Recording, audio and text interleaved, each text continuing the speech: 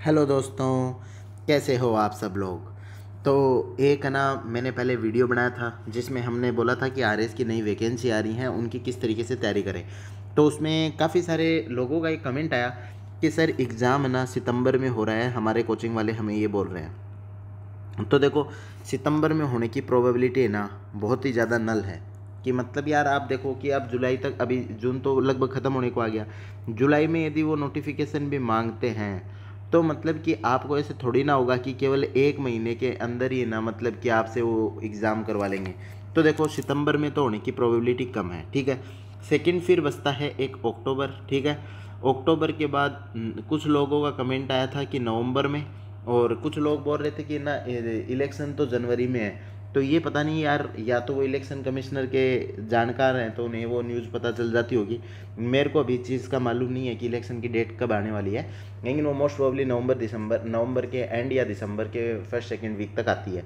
तो मतलब जनरली जो पुराना ट्रेंड देखा जाता है तो उसके अंदर जो जनवरी तक वो दी हुई है वो ना सरकार की लास्ट डेट दी हुई होती है। उससे जैसे सरकार के 5 साल की लास्ट डेट होती है, कभी भी लास्ट डेट होने के बाद एग्ज़ाम नहीं देते।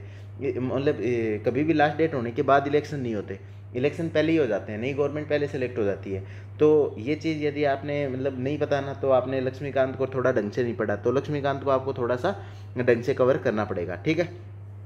अब बस ये प्रोबेबिलिटी आती है कि यदि जुलाई के अंदर नोटिफिकेशन आ जाए और गवर्नमेंट करवाना चाहे तो अक्टूबर के अंदर एग्ज़ाम करवा सकती है, क्योंकि अक्टूबर के अंदर एग्ज़ाम करवाने में वो जुलाई अगस्त सितंबर 3 महीने का टाइम दे सकती है, और 3 महीने के टाइम के बाद अक्टूबर में एग्ज़ाम करवा सकती है। तो ये एक प्रोबेबिलिटी बनती है, और प्रोबेबिलिटी बनती है तो उसके बारे में भी एक चर्चा अपने को कर लेनी चाहिए कि इसके लिए एक स्ट्रेटेजी क्या होनी चाहिए। एक छोटा सा ही वीडियो होगा।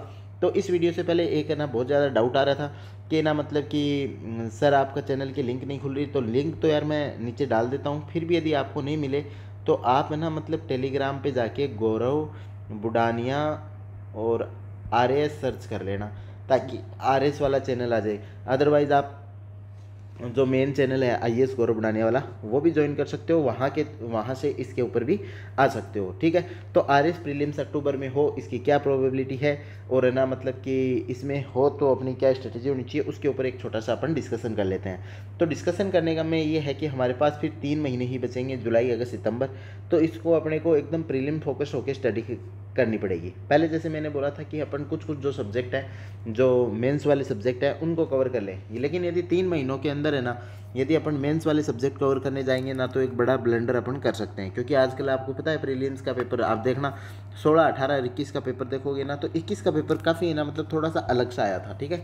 तो मतलब आप एक्सपेक्ट करके चलिए 2023 का जो भी पेपर आएगा ना वो काफ़ी ज़्यादा मतलब कि ना पुराने पेपर से थोड़ा सा हट के आएगा। मतलब एटलीस्ट 15 से 20 क्वेश्चन ऐसे दिखेंगे आपको जो पहले आपने ना मतलब पेपर्स में नहीं देखे होंगे।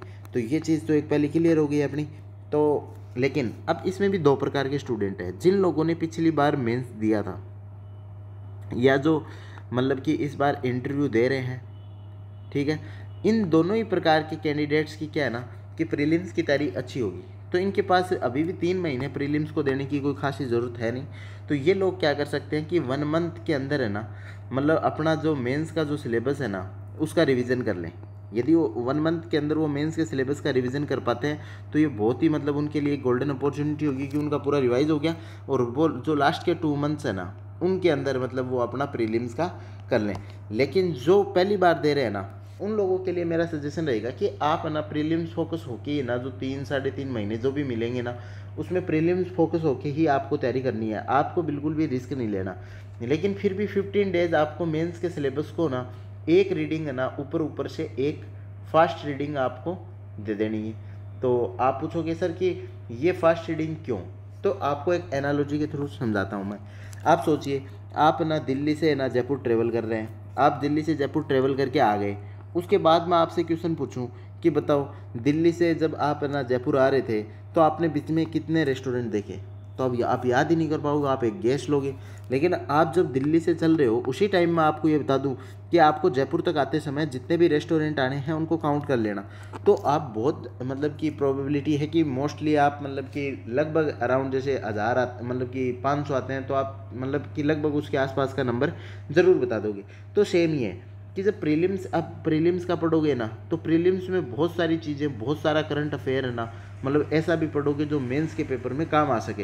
लेकिन आप जब तक है ना, मतलब आपको पता नहीं होगा ना मेंस के सिलेबस में क्या है, तो फिर प्रीलिम्स का करंट अफेयर, प्रीलिम्स के अंदर जो भी पढ़ा है ना, वो मेंस के अंदर आपका काम नहीं आ पाएगा।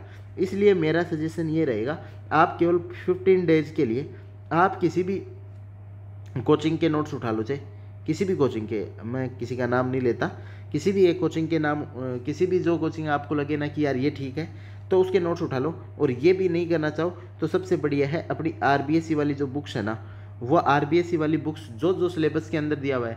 एक बहुत सारे डाउट आ रहे हैं कि सर आरबीएससी में कौन कौन से चैप्टर पढ़ें। यार ये तो बड़ा सिंपल है, आप जाओ और उसके इंडेक्स देख लो, इंडेक्स के अंदर जो जो चैप्टर आपके ना मतलब सिलेबस से मैच हो रहे हैं वो पढ़ने हैं। तो आप 15 डेज के अंदर जो आरबीएससी के अंदर जितना भी वो दिया हुआ है ना कंटेंट, वो पढ़ लो। तो इससे क्या होगा ना, आपको एक अंदाज़ा लग जाएगा कि यार आरएस मेंस के अंदर ये टॉपिक आते हैं। और जब आप प्रीलिम्स के अंदर कुछ चीज़ पढ़ रहे होगे ना, तो आपको समझ में आ जाएगा ये टॉपिक मेरा मेंस में भी काम आ सकता है, इस टॉपिक को थोड़ा डीपली और पढ़ना चाहिए, ये करना चाहिए। तो ये चीज़ आप ना मतलब कि कर सकते हो। अब अगली बात आती है कि सर अब 3 ही महीने हैं, समय थोड़ा कम है, तो मतलब कि सब्जेक्ट की ना प्रायोरिटी क्या होनी चाहिए। ठीक है, सब्जेक्ट की प्रायोरिटी भी अपने को देखनी चाहिए। तो मतलब कि जो आरएस का एग्ज़ाम है, जिसको मैंने काफ़ी क्लोजली फॉलो किया और प्रीलिम्स में ना बहुत अच्छा परफॉर्मेंस रहा है, तो उसके हिसाब से मैं मतलब कि यदि बताऊँ, यदि आप ना मैथ्स के स्टूडेंट हो ना, तो मैथ्स और रीजनिंग आपके लिए यहाँ पे बहुत ही एक मतलब वो आ जाएगा।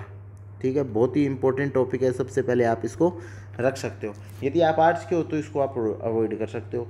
सेकंड जो मोस्ट रिवार्डिंग सब्जेक्ट है ना आरएस प्रीलिम्स में, वो ज्योग्राफी है।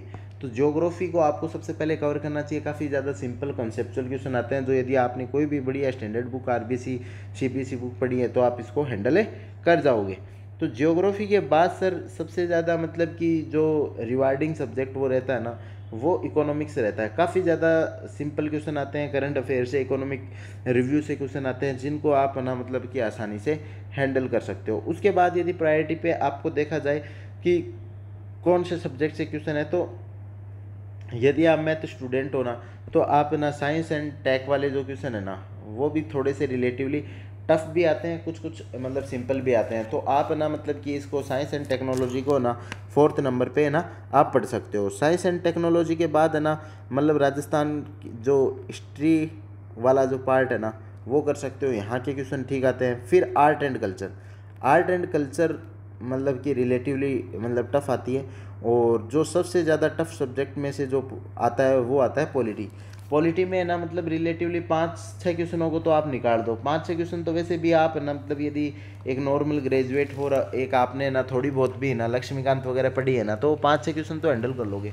उसके अलावा जो पॉलिटी के क्वेश्चन आते हैं ना, जैसे ना मतलब कि आरटीआई एक्ट के प्रेम्बल का कोई क्वेश्चन पूछ लिया, या राजस्थान की पॉलिटी के जो क्वेश्चन पूछ लिए, तो उसकी ना मतलब कि टफनेस ना बहुत ही ज़्यादा मतलब कि ज़्यादा होती है। तो इसमें आप इंडिया वाली है ना उसको प्रिफर करना, उसको ज़्यादा पढ़ना। राजस्थान वाली है ना उसकी मतलब आप रीडिंग दे देना, लेकिन ये है ना मतलब कि काफ़ी टफ क्वेश्चन आते हैं। और ऐसा मत करना कि इस बार इजी क्वेश्चन आ जाए तो बोलने लग जाओ सर देखो आपने तो कहा था टफ आते हैं। मैं तो जनरली एक ट्रेंड के हिसाब से बता रहा हूँ। तो ये एक जो नेचुरल अपने को ट्रेंड है, मतलब ये आप मतलब ये जो 7 सब्जेक्ट हैं इनको कवर कर सकते हैं। और साथ साथ में जो करंट अफेयर है उसको आपको रेगुलर पढ़ना है, क्योंकि उससे जो 20 क्वेश्चन आते हैं वो आप आराम से कर सकते हो। तो और उसमें भी मैंने मूमल मैगजीन बाई मंथली वाली बताई थी, और स्टैंडर्ड बुक वो बुकलेट है, सभी लोग पढ़ते हैं उसको। तो इसलिए ना मतलब कि जनरली आरपीएससी के एग्जामिनर भी क्वेश्चंस वहीं से बनाते हैं। जैसे ही आप किसी एक पर्टिकुलर जो मतलब कि कोचिंग संस्थान का जब भी अपन कुछ भी करंट अफेयर का मटेरियल पढ़ते हैं ना, तो थोड़े से चांसेस कम हो जाते हैं यार, क्योंकि ना मतलब कि आरपीएससी को भी पता है कि यार एक कोचिंग की करंट अफेयर मैगजीन से तो मैं क्वेश्चन दे नहीं सकता। हाँ ये हो सकता है कि एक स्टैंडर्ड सोर्स से मतलब जो न्यूज़पेपर हो गया, सुजस हो गया, उनसे जो मतलब कि करंट अफेयर आया उसको कोचिंग वालों ने अपने मटेरियल में डाल लिया, वो एग्ज़ाम के अंदर आ गया, तो वो डायरेक्ट क्वेश्चन है, लेकिन वो बीच में मतलब मीडिएटर कोचिंग वाले बन जाएंगे और वो क्रेडिट उसका लेंगे। तो ऐसा होता है, ठीक है। अब लेकिन एक दूसरा सवाल आता है, सर यदि मैथ्स के मतलब अपन मैथ्स के स्टूडेंट नहीं हैं तो अपना सीक्वेंस क्या होना चाहिए। मैथ्स के स्टूडेंट नहीं है तो सीक्वेंस मैं रेड कलर से लिख देता हूँ, ठीक है।